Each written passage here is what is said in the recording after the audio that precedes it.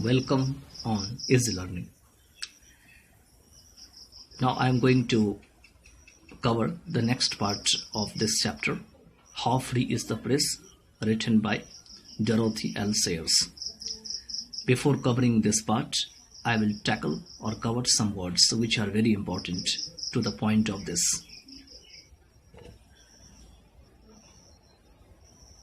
Disastrous adjective है, causing great loss, बहुत ज़्यादा नुकसान का कारण बनना या नुकसान कराना. कंट्राइव ये वर्ब है, अरेंज, कुक अप, इन्वेंट, प्रबंध करना या किसी चीज़ को किसी तरीके से मैनेज करना. शैकल्ड, चेन्ड अप, फेटर्ड मतलब चेन में बंद होना, हथकड़ी में बंद होना. ओवरलॉर्ड्स ये एक नाउन है. एब्सोल्यूट रूलर्स जो पूर्ण शासक होते हैं उसको जो है वो ओवरलॉर्ड्स कहे जाते हैं यहाँ पे. Bankruptcy, having no money at all means किसी भी प्रकार से रुपया पैसा नहीं होना या दिवालिया होना. रेवेन्यू एक इनकम है जिसको आय कहे जाते हैं. परपेचुअल ये एक एडजेक्टिव है. कांस्टेंट, एवरलास्टिंग लगातार या कभी नहीं खत्म होने वाला, इसी को एवरलास्टिंग कहा जाता है. सबसर्व में ये वर्ब है. Serve as a means in promoting, इस तरीके से सर्व करना कि उसको आगे बढ़ाया जा सके. इसके बाद है प्रिकेरियस, ये एक एडजेक्टिव है. इसके मीनिंग होते हैं डेंजरस मीन्स खतरनाक.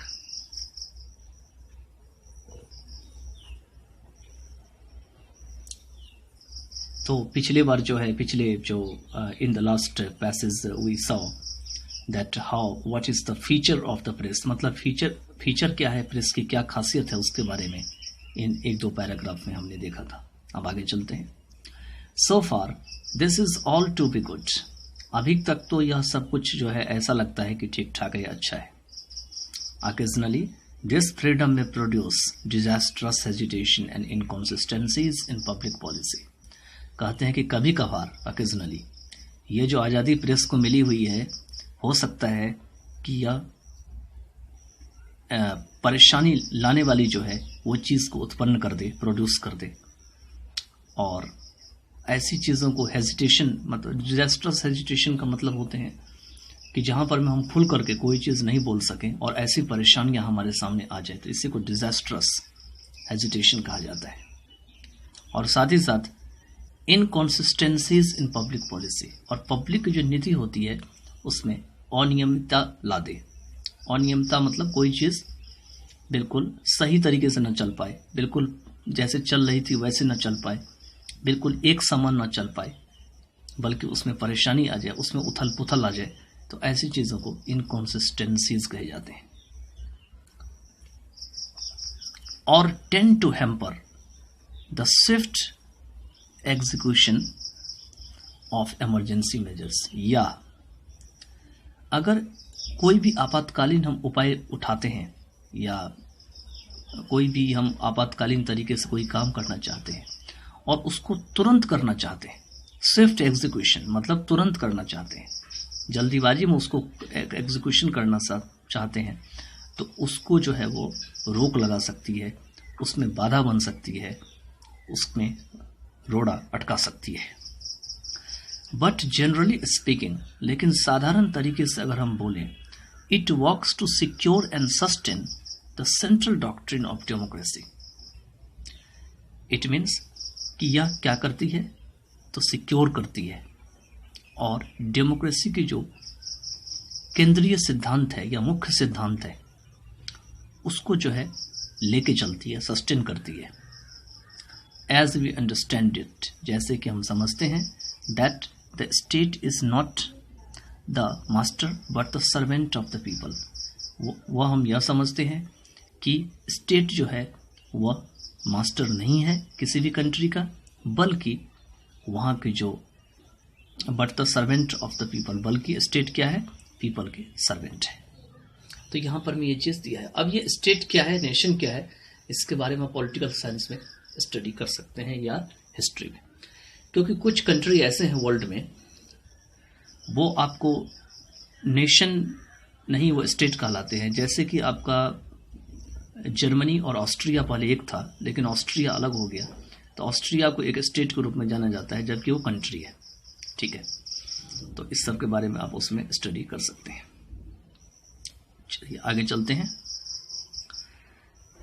ये प्रेस के बारे में दिया हुआ था। अब आगे दिया हुआ है कि the press as a whole and in this technical and restricted sense is thus pretty free in a peaceful Britain. कहते हैं प्रेस पूरी तरह से टेक्निकल या रिस्ट्रिक्टेड सेंस में, जिसके बारे में हम ऊपर बात कर चुके हैं, टेक्निकल और रिस्ट्रिक्टेड सेंस क्या होती है, इस तरीके से बहुत फ्री है ब्रिटेन में। किस तरीके से हैं? पीसफुल तरीके से, शांति तरीके से ये प्रेस वहां पे काम कर रहे हैं। There is no shade of political opinion, means political opinion की कोई भी शेड या परेशानी यहाँ पे नहीं दिखाई पड़ती है। That does not somehow contrive to express it. कहते हैं कि जो कि किसी भी तरीके से जो है वह अपने आप को जो है वो एक्सप्रेस करने के लिए कुछ ना कुछ काम करे या कंट्राइव करे। But if we go on to imagine that any particular organ of the press enjoys the larger liberty of being a forum of public opinion, we are gravely mistaken. लेकिन कहते हैं कि अगर हम यह इमेजिन करने के लिए चल पड़ते हैं या जाते हैं कि कहते हैं प्रेस की जो कोई भी खास जो ऑर्गन है या अंग है, शाखा है, उसको जो है काफ़ी ज़्यादा लिबर्टी जो है वो मिलती है। एंजॉय मतलब यहाँ पे मिलना, पब्लिक फोरम बनने के लिए या पब्लिक ओपिनियन की फोरम बनने के लिए, तो वी आर ग्रेवली मिस्टेकन। तो हम जो है यहाँ पर में बहुत ही गहरी भूल कर बैठते हैं। ग्रेवली मतलब बहुत गहरा और मिस्टेकन मीन्स गलती। Every newspaper is shackled to its own set of overlords. हर एक जो न्यूज़पेपर है वो इसके जो ओवरलॉर्ड्स हैं, मतलब वहाँ के जो एब्सोल्यूट रूलर है, शासक हैं, उनके जो सेट है, सेट मतलब नियम है, उससे बंधे होते हैं, शैकल होते हैं। And in its turn like the unmerciful servant, और इसके बदले में जैसे कि अनमर्सीफुल सर्वेंट की तरह एक्सरसाइजेस ए पावरफुल बॉन्डेज। यह क्या करते हैं? एक शक्तिशाली जो बंधन होते हैं वो अपने पाठक या जो न्यूज़पेपर पढ़ते हैं उनके ऊपर तैयार करते हैं या एक्सरसाइज करते हैं। एंड ऑन द पब्लिक, और पब्लिक में भी करते हैं सामान्य रूप से या generally. Indeed, we may say that the heaviest restriction upon the freedom of public opinion is not the official censorship. वाकई में हम कह सकते हैं कि जो काफ़ी ज़्यादा जो रिस्ट्रिक्शन लगाई जाती है पब्लिक ओपिनियन की फ्रीडम के ऊपर, वह प्रेस की एक ऑफिशियल सेंसरशिप नहीं होती है। ऑफिशियल सेंसरशिप का मतलब जो सरकार लगाती है खास करके, but the unofficial censorship by press, बल्कि प्रेस के द्वारा एक अनऑफिशियल सेंसरशिप होती है। Which exists not so much to express opinion as to manufacture it. Which exists not so much मतलब जो कि उस ओपिनियन को एक्सप्रेस करने के लिए नहीं होती है, एज टू मैन्युफैक्चर इट मतलब जिससे कि वह बनाना चाहते हैं, जिससे कि वो करना चाहते हैं। तो क्या है कि ये एक्चुअली में लैंग्वेज है, आप इसको अपने तरीके से भी समझ सकते हैं, और एक सेंटेंस के जो है को हम कई तरीके से एक्सप्लेन कर सकते हैं। अगर हम फिर से इसको एक्सप्लेन करेंगे यहाँ से तो इसका मीनिंग थोड़ा सा डिफरेंट आ जाएगा। तो लैंग्वेज जो है सेम टू सेम कभी भी ट्रांसलेट नहीं होती है। कोई भी लैंग्वेज आप सेम टू सेम ट्रांसलेट नहीं कर सकते। बस कुछ ही part same to same translate होते हैं, लेकिन अगर कुछ लैंग्वेज गुच्छे में होते हैं, क्लॉजेस में होते हैं, उसके पास inverted comma, semicolon, colon, dash आदि लगे होते हैं, तो उनके भी कुछ सेंस होते हैं, उनके भी कुछ मीनिंग होते हैं। तो इसलिए हम जो एक नेटिव रीडर्स होते हैं या विलेज रीडर्स होते हैं या एक कंट्री के रीडर होते हैं, तो हम क्या करते हैं उसको कि कोशिश करते हैं अधिक से अधिक समझने का। ठीक है, तो चलिए आगे चलते हैं।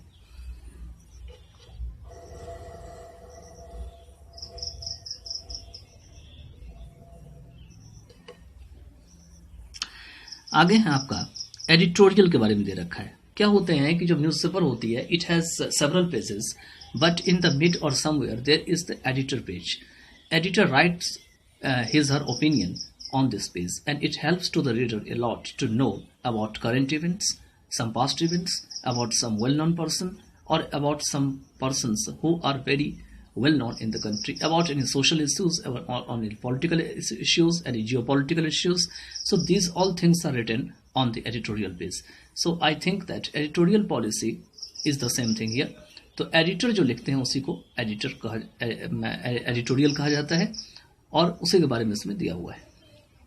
तो जो दिया हुआ है कि the editorial policy of A popular daily. Popular daily का मतलब जो रोज की जो लोकप्रिय समाचार पत्र होती है, उसकी जो संपादकीय नीति होती है, एडिटोरियल जो पॉलिसी होती है, is controlled by 2 chief factors. उसके ऊपर नियंत्रण कर रखी जाती है खास करके 2 कारकों के द्वारा. कौन कौन से कारक हैं ये? The first is the interest of the advertisers from whom it gets the money.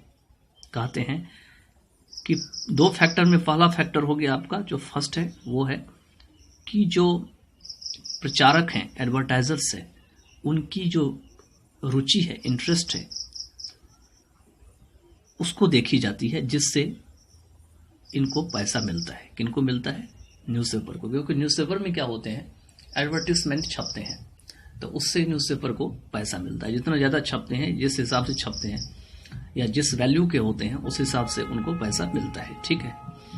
Which enables it to keep up its large circulation. क्योंकि यही मनी होती है जो कि इनको हेल्प करती है न्यूज़पेपर को चलाने में अधिक से अधिक. मतलब यही पैसा जो है वो कंपनी को मिलती है या न्यूज़पेपर कंपनी को मिलती है, जिससे कि वो अपने कंपनी की सैलरी देते हैं और जिससे अपने कंपनी को मुनाफा कमाते हैं. No widely circulated newspaper dare support a public policy, however much in the national interest. कहते हैं कि कोई ऐसा न्यूज़पेपर जो काफ़ी ज़्यादा जाना माना नहीं है, वो कभी भी पब्लिक पॉलिसी को सपोर्ट करने की हिम्मत नहीं करते हैं, लेकिन फिर भी वो अधिक से अधिक राष्ट्रीय हित की या इंटरेस्ट की बात करते हैं. That might conflict with the wasted interests of the advertiser.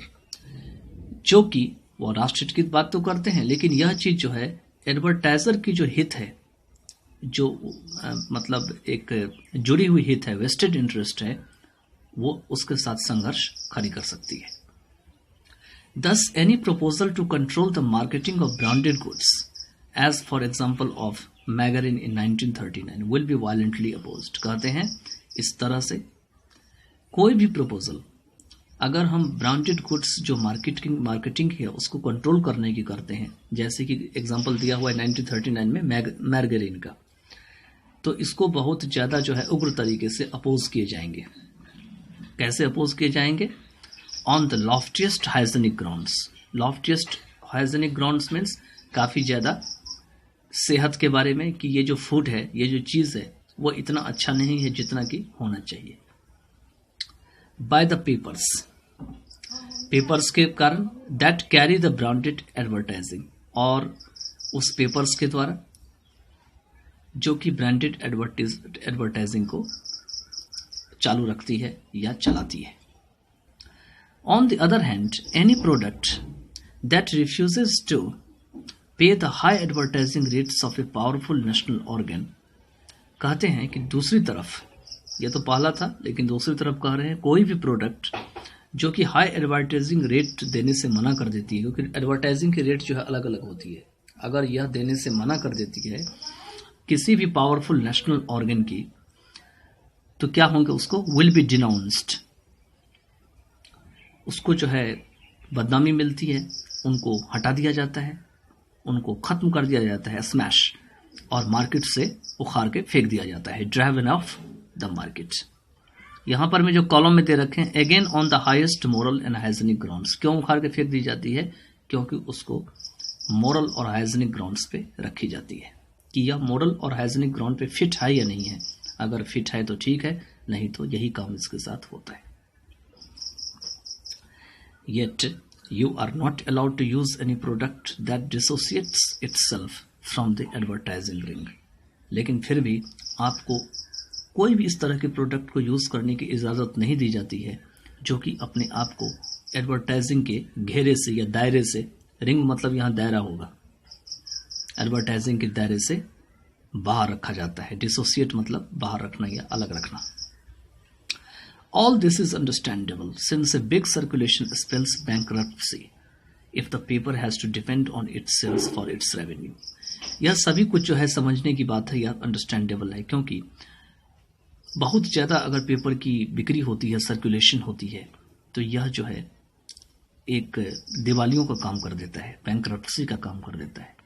If the paper has to depend on its sale, अगर पेपर को केवल इसके सेल पर निर्भर रहना होता है रेवेन्यू के लिए, मतलब कहते हैं यहाँ पर में कि अगर वो केवल रेवेन्यू पे ही लेकर के अगर इसको सेल करने लगे तो शायद कहते हैं कि न्यूज़पेपर जो है नहीं चल पाएगी और यह दिवालियाँ हो सकती है।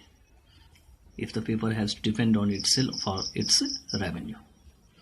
Every newspaper lives in a perpetual precarious balance. आगे दिया हुआ है प्रिकेरियस बैलेंस। कहते हैं कि हर एक जो न्यूज़पेपर है वह एक लगातार, परपेचुअल। अब प्रिकेरियस का मतलब बहुत ही सीरियस, बहुत ही खराब हालत में जब होती है तो उसको प्रिकेरियस कहा जाता है। तो कहते हैं वो परपेचुअल प्रिकेरियस बैलेंस पे निर्वाह करती है या रहती है। ठीक है, मतलब कहने का मतलब यह है कि हमेशा जो है उनको परेशानी जो है सताती रहती है, कभी भी जो है उसमें डाउनफॉल या कभी भी परेशानी आ सकती है। आगे दिया हुआ है it must increase its sales to justify its advertising rates. कहते हैं कि इनको अपने सेल को जरूर बढ़ाना चाहिए जिससे कि यह एडवर्टाइजिंग रेट को न्यायोचित ठहरा सके, मतलब एडवर्टाइजिंग रेट जो है उसके हिसाब से हो सके। And to increase its sales it must sell itself far below the cost of production. और कहते हैं कि अपनी इसकी सेल को बढ़ाने के लिए इट मस्ट सेल इटसेल्फ, इससे अपने आप को जो है बेचना चाहिए प्रोडक्शन की जो कॉस्ट होती है उससे नीचे, उससे ऊपर नहीं, मतलब जितना प्रोडक्शन होती है उसकी कॉस्ट से नीचे। But if it sells more copies then its advertising will pay. लेकिन कहते हैं कि अगर जितना एडवर्टाइजिंग इसको पे करती है, अगर उससे ज़्यादा कॉपी अगर ये बेच देती है न्यूज़पेपर, मतलब अगर कोई एडवर्टाइजिंग कम करती है लेकिन कॉपी जो है ज़्यादा बेच देती है तो क्या क्या होगा इससे? It faces financial disaster. तो इससे क्या होगी, इसको वित्तीय आपदा आ जाएगी या इनका सामना यह कर बैठते हैं। Consequently the more wide spread and powerful the organ the more closely it has to subserve vested interest. परिणाम स्वरूप जितना ज़्यादा और पावरफुल इनके शाखा होते हैं, ऑर्गन होते हैं, उतना ही नज़दीकी जो है यह जो है अपनी जो वेस्टेड इंटरेस्ट होती है, मतलब इनकी जो अपनी जो विचार होती है या इनकी जो हित की बात होती है, उनको आगे बढ़ने का जो है मौका मिलता है या उन्हें आगे बढ़ना होता है। चलिए अब हम अगले पार्ट्स जो है इसमें करेंगे। अब आप इसको 1, 2, 3 बार जब रीड करेंगे तो आपको अपने आप ही समझ में आ जाएगा।